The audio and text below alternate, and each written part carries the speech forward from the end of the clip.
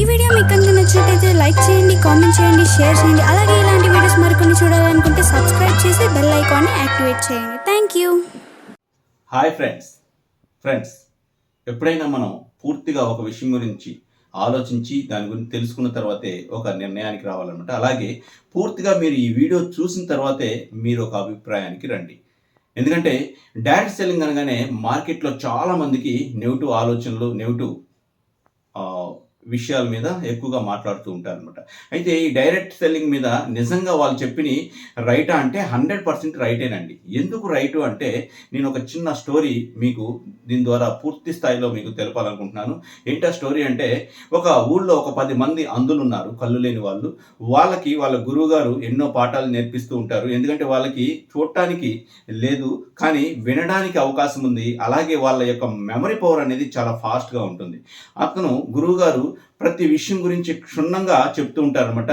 అంటే యానిమల్స్ గురించి కావచ్చు, చెట్ల గురించి కావచ్చు, ఇంకా ఇంట్లో ఉండే ప్రతి వస్తువుల గురించి కూడా క్షుణ్ణంగా వాళ్ళకి అర్థమయ్యే విధంగా వాళ్ళ భాషలో చెప్తూ ఉంటారనమాట. అయితే ఇలా వాళ్ళు విన్న తర్వాత పాఠాలన్నీ కూడా వాళ్ళ ఒక అవగాహన వస్తూ ఉంటుంది. అయితే ఒకరోజు వాళ్ళు టీవీ చూస్తూ ఉన్నారు. ఆ టీవీలో ఉన్నటువంటి ఆడియోని వింటూ ఆనందిస్తూ ఉన్నారు. అయితే ఉన్నట్టుండి ఆ న్యూస్లో ఒక ఏనుగు వచ్చేసి ఊరి మీద పడిపోయి పంట పొలాలన్నింటినీ కూడా చాలా మొత్తం కూడా నాశనం చేసింది, చాలా మందికి లాస్ చేసింది, అలాగే ఒక వ్యక్తిని కూడా చంపడం జరిగింది అనేసి న్యూస్లో చెప్పడం జరిగింది. అయితే వాళ్ళ గురువు గారు ఏనుగు గురించి చాలా పాజిటివ్గా చెప్పారనమాట.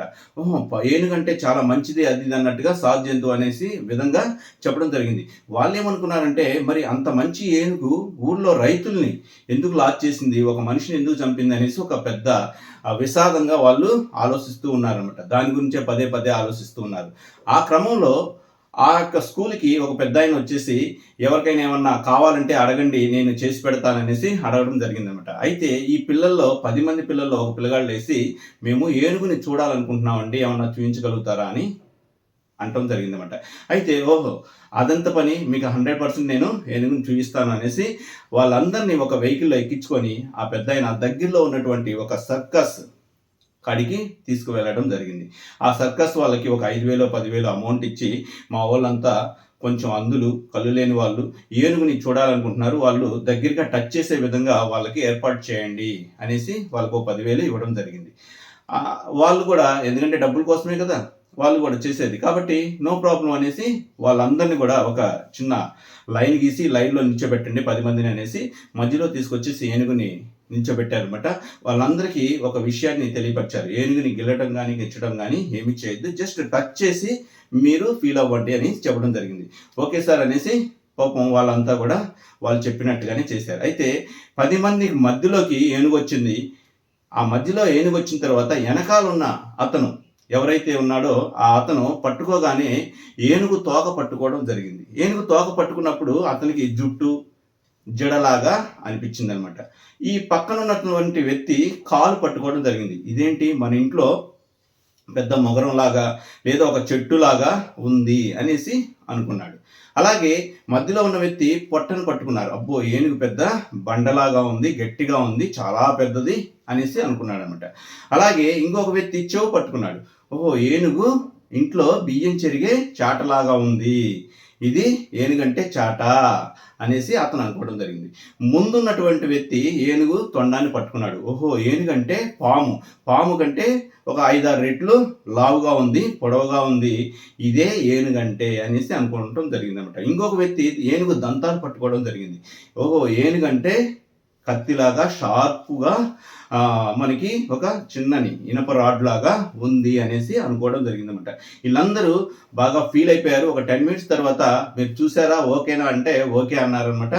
ఓకే, ఇక ఏనుగును మీరు తీసుకుని వెళ్ళిపోండి అంటే ఏనుగును అతను తీసుకొని వెళ్ళిపోయాడు. వెళ్ళిపోయిన తర్వాత వీళ్ళందరినీ మళ్ళీ అదే వెహికల్లో కూర్చోబెట్టేసి మళ్ళా వాళ్ళ యొక్క స్కూల్ కాడికి తీసుకొని వస్తూ ఉన్నారు. అయితే తీసుకొని వచ్చే క్రమంలో ఈ 10 మంది డిస్కషన్ చేసుకున్నారు. అరే, ఏనుగు చాలా బాగుంది కదా, జుట్టు ఉంది అని, జడలాగా ఉంది కదా అనేసి ఒక అతను చెప్పాడు. ఇంకొక అతను ఏనుగు చాట్లాగా ఉందిరా, అట్లా ఎందుకు నిద్ది అనేసి ఇంకొక అతను చెప్పాడు. ఇంకొక అతను ఏనుగు చాలా పెద్ద గోళ్ళలా ఉందిరా అనేసి ఇంకొక అతను వచ్చేసి ఏనుగు పెద్ద చెట్టులాగా మొగరంలాగా ఉందిరా అనేసి ఇంకొక అతను వచ్చేటప్పటికి పాములాగా ఉందనేసి అంటం జరిగిందన్నమాట. అంటే ఇక్కడ వాళ్ళందరూ చెప్పింది వాస్తవమే, కానీ ఈ డిస్కషన్లో వాళ్ళు పెద్దగా గొడవ పడుతూ జరిగింది.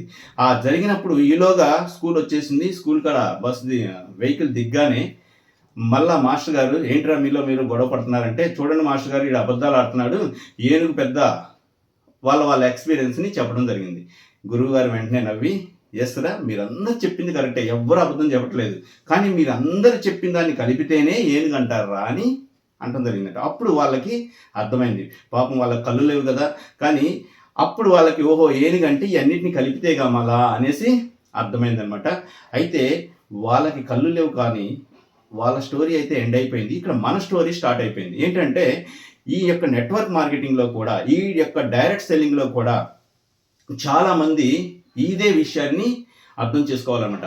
వాళ్ళ ఎక్స్పీరియన్స్ని షేర్ చేస్తూ ఉన్నారు. చాలామంది డబ్బులు పెట్టుబడి పెట్టించే దాంట్లో జాయిన్ అయిపోయి డబ్బులు పోగొట్టుకొని చాలా ఇబ్బంది పడ్డారు. వాళ్ళ యొక్క ఎక్స్పీరియన్స్ షేర్ చేశారు. ఇంకొంతమంది దాని మీద ప్రొడక్ట్ మీద అవగాహన లేక మిడిమిడి అంటే తెలిసి తెలియని విషయాన్ని అవతల వ్యక్తికి షేర్ చేయడము, అవతల వ్యక్తి చేత ప్రొడక్ట్ వాడించడము, దానివల్ల సైడ్ ఎఫెక్ట్ కావచ్చు, లేదా పని చేయకపోవడం, దీనివల్ల వాళ్ళు మాట్లాడడము.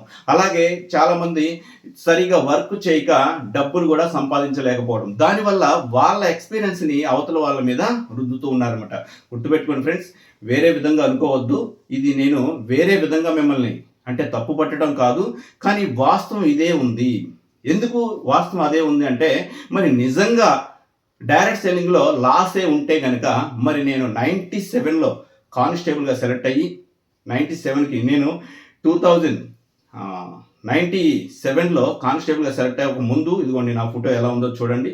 అలాగే 2000లో వచ్చేటప్పటికి నేను కానిస్టేబుల్ అయిన తర్వాత హెడ్ కానిస్టేబుల్గా ఉన్నప్పుడు నా ఫోటో ఎలా ఉందో చూడండి. ఇప్పుడు నేను ఎలా ఉన్నానో చూడండి.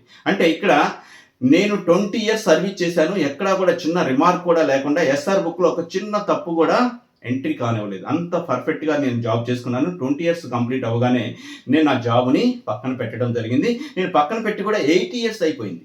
8 years అవుతూ ఉందన్నమాట. మరి నిజంగా డైరెక్ట్ సెల్లింగ్లో మనకి డబ్బులు లేవు, సక్సెస్ కారు అనుకుంటే కనుక, మరి నేను ఎలా జాబ్ను వదిలిపెట్టేశాను? నాకు ఫంక్షన్ కూడా ఉంది. నేను 48,000 శాలరీ అప్పుడు జాబ్ను వదిలేయడం జరిగింది. ఇప్పుడు 1,10,000 ఉంది నా శాలరీ, నేను జాబ్లో ఉంటే కనుక. మరి అలాంటి జాబ్ను కూడా పక్కన పెట్టానంటే అంతకు మించిన లైఫ్ నేను లీడ్ చేస్తూ ఉన్నాను.